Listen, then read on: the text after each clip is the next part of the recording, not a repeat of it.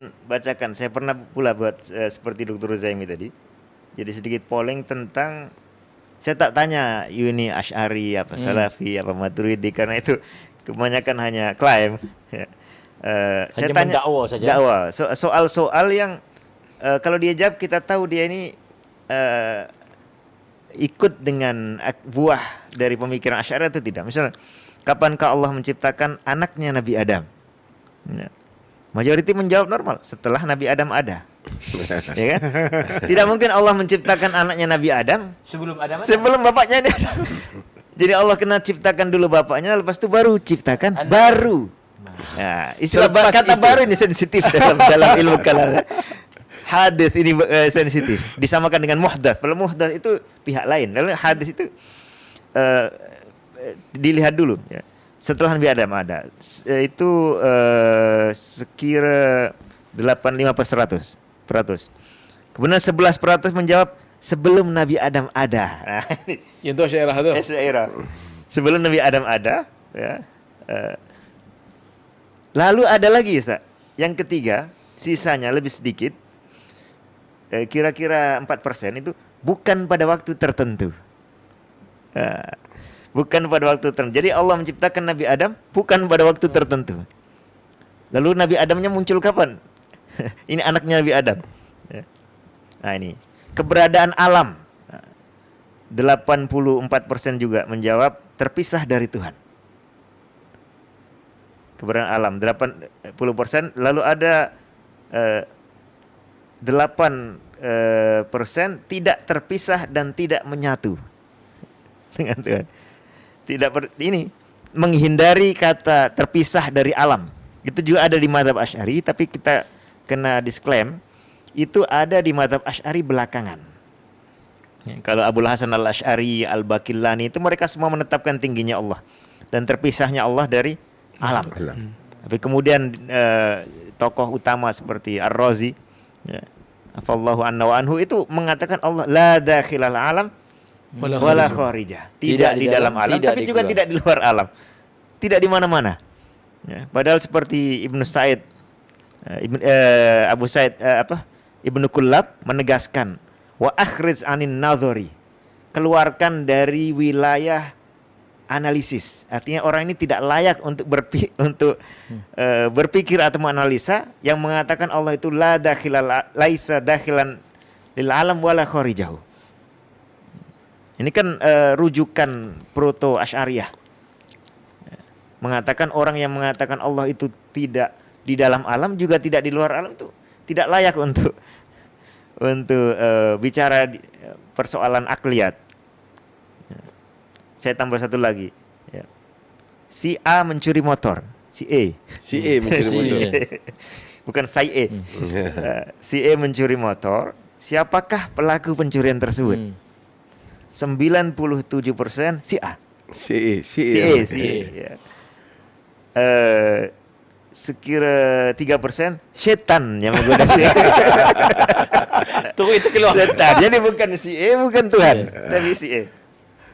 Lalu ada kecil mungkin 0,5% Tuhan. Yang 0,5% itu yang Itu Asy'ariyah, tapi dalam isu ini aja. Dalam isu ini menjadi lebih sedikit. Menjadi sangat sedikit kalau isu yang sebelumnya keberadaan alam, ciptaan perbuatan hamba, Asy'ariyah tu lagi sedikit. lagi sedikit. Bahkan mungkin ini pun dia salah pencet. Salah tekan. Padahal ini isu yang sangat khas Asy'ariyah. Ya. Kalau yang tadi itu ada berbeda di dalam Asy'ariyah sendiri. Ini mendasar. Tapi ini mendasar yang membedakan orang itu Asy'ari atau bukan. Itu persoalan fi'il dan fa'il. Kalau berdasarkan itu Asy'ariyah tu 3% pun tak sampai.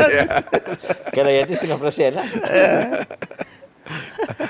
Mazhab salaf, mazhab setan dan satu mazhab Asy'ariyah. Itu pun Abul Ma'ali Al-Juwaini menentang guru-gurunya Asy'ariyah dalam isu ini. Dalam isu takdir ini. Terang-terangan dalam Risalah Nidhamiyah mengatakan kita tidak perlu taklid. Ya. Perkara yang jelas salah bertentangan dengan akal tidak perlu dipertahankan. Perlu bantah di situ. Dan Al-Juwaini dikecam oleh sebagian Asy'ariyah belakangan karena karena Berbeza. berbeda dari, artinya hilang keasyairannya dalam masalah ini. Tapi dia tidak jadi Wahabi lah. Tidak. Dan masih boleh hidup di negaranya. yang Dia masalah kalau keluar terus jadi Wahabi. 0.5% tu, lagi sikit pada kasih 4 talon. artinya yang jawab ramai-ramai itu menjawab di atas fitrah. Di atas fitrah. Ya. Itu yang kita kata tadi balik pada fitrah. Karena polling ini begitu disebar, cepat jawaban itu. Jadi dia spontan. Spontan. Tidak bertanya ke Apa yang dia percaya? Apa yang dia percaya? Itulah yang dia percaya. Kan? Ya. Jadi macam mana kita nak claim? dan dia pun mungkin tak ragu.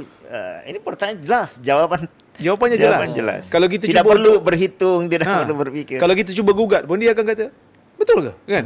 Takkan Tuhan yang melakukan. Begitulah. Kesimpulannya Datuk. Kesimpulannya kita boleh tanyalah. Anda atas fitrah atau atas falsafah? Falsafah. Asy'ariyah dan Maturidiyah. Doktor, kata-kata akhir setelah kita mendengar perbahasan yang begitu panjang. Sebab itulah kita kata kita tidak memusuhi mereka. Kita mengatakan dalam keluarga besar itu mereka ada keluarga Ahlussunnah wal Jamaah. Tetapi untuk mengatakan inilah pegangan Asy'ariyah, inilah yang menjadi pegangan majoriti umat zaman berzaman, perlu dinilai semula. Kerana apa yang kita dapat buktikan, petunjuknya bukanlah bukti yang solid, tetapi telah dibuat oleh di Indonesia oleh Ustaz Nidal, dan saya sendiri dah buat poll. Kalau betul nak menggugat poll yang kami buat, sila buat poll anda sendiri dan lihat jawapannya. Dia kita bukan tujuan nak menyatakan dia kafir dan apa. Tak. Itu langsung tidak menjadi tujuan.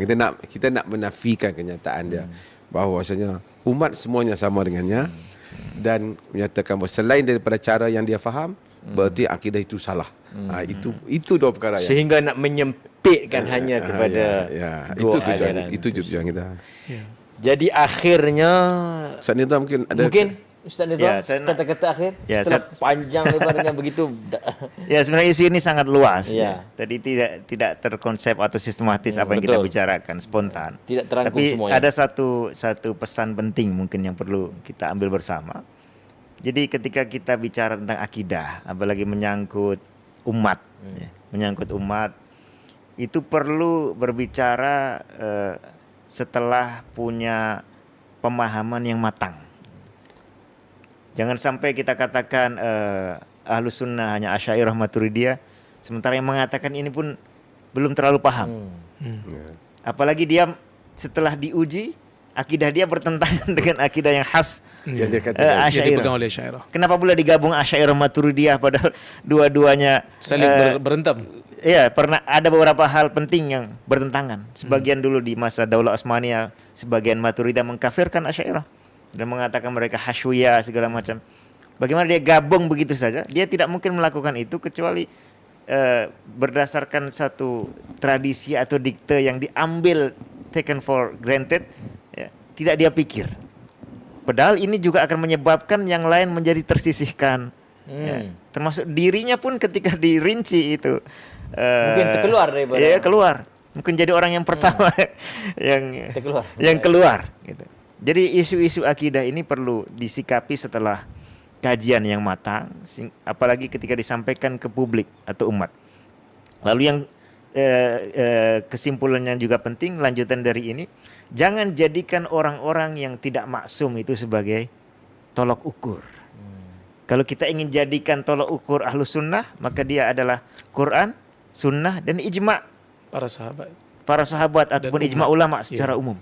Jangan jadikan satu kelompok atau satu orang, apalagi satu aliran yang dulu diakui oleh Ibnu Asakir, semula kecil sedikit, bahkan ragu untuk menampakkan akidahnya di masyarakat. Bahkan di akhir-akhir seperti tadi kata Dr. Zaimi, ini jangan diberitahukan kecuali fi maqamit ta'lim. Kecuali ketika pengajaran. Di luar pengajaran jangan diberitahukan bahwa Quran Al-Fatihah sampai An-Nas itu makhluk. Ya, sesuatu yang seperti ini sangat tidak layak untuk dijadikan tolok ukur, ya, menentukan akidah orang. Akidah siapa Ahlus Sunnah, siapa bukan Ahlus Sunnah, siapa nak diterima, siapa tidak diakui, ya. Walaupun itu layak untuk dipelajari, karena ini khazanah ratusan ribu tahun perlu kita pelajari. Ketika kita sudah mendalami, masing-masing kemudian bebas. Ya. Punya kesadaran sendiri, bisa berpikir sendiri. Apakah mengambil akidah yang mengatakan pelaku perbuatan manusia itu manusia, ataukah mengambil akidah pelaku perbuatan manusia itu bukan manusia, tapi yang bertanggung jawabnya manusia. Contoh, ya, barangkali itu. Dia bukan pemilik perbuatan tapi dia bertanggung jawab. Ya. Tapi Ustaz, jangan terkejut bila Ustaz sebut pasal tolok ukur kebenaran itu. Jadi Ustaz jangan terkejut, di Malaysia ini sudah ada ahli ilmu daripada kalangan Asy'ariyah, pendukung Asy'ariyah yang mengatakan Nabi itu bermazhab Asy'ariyah. Hatta semua Kalau Asy'ariyah bermazhab dengan mazhab Nabi itu kita boleh terima. Di Tapi Mesir pun ada syekh besar, mantan mufti mengatakan, "Na'am, as-sahabah kanu asy'ariyah." Haji, Saya tidak heran, tapi berharap tahun depan sudah berubah semua. insya-Allah. Masya Allah. Tapi itu pun bukan perbuatannya. Dia hanya penanggung perbuatan. Dia adalah penanggung, Bukan dia yang berbicara. penanggung dan penyandang, tapi bukan pelaku. Allah musta'an. Allah Ustaz. Jadi marilah kita sama-sama muhasabah di atas akidah kita. Sama ada macam Datuk sebut tadi, satu kesimpulan yang agak menarik, yang baik. Akidah di atas fitrah ataupun perbahasan falsafah yang akhirnya kita tak tahu nak bawa masyarakat itu ke mana. Mudah-mudahan Allah Ta'ala memberikan taufik dan hidayah, dan anda boleh mendengar apa yang telah dibahaskan oleh ketiga-tiga panel, khususnya daripada Ustaz Nidhal yang kita jemput pada malam ini, dan sesiapa yang ingin berdiskusi ataupun melontarkan bantahan dan jawapan balas, kita senantiasa terbuka dan mengalu-alukan insya-Allah.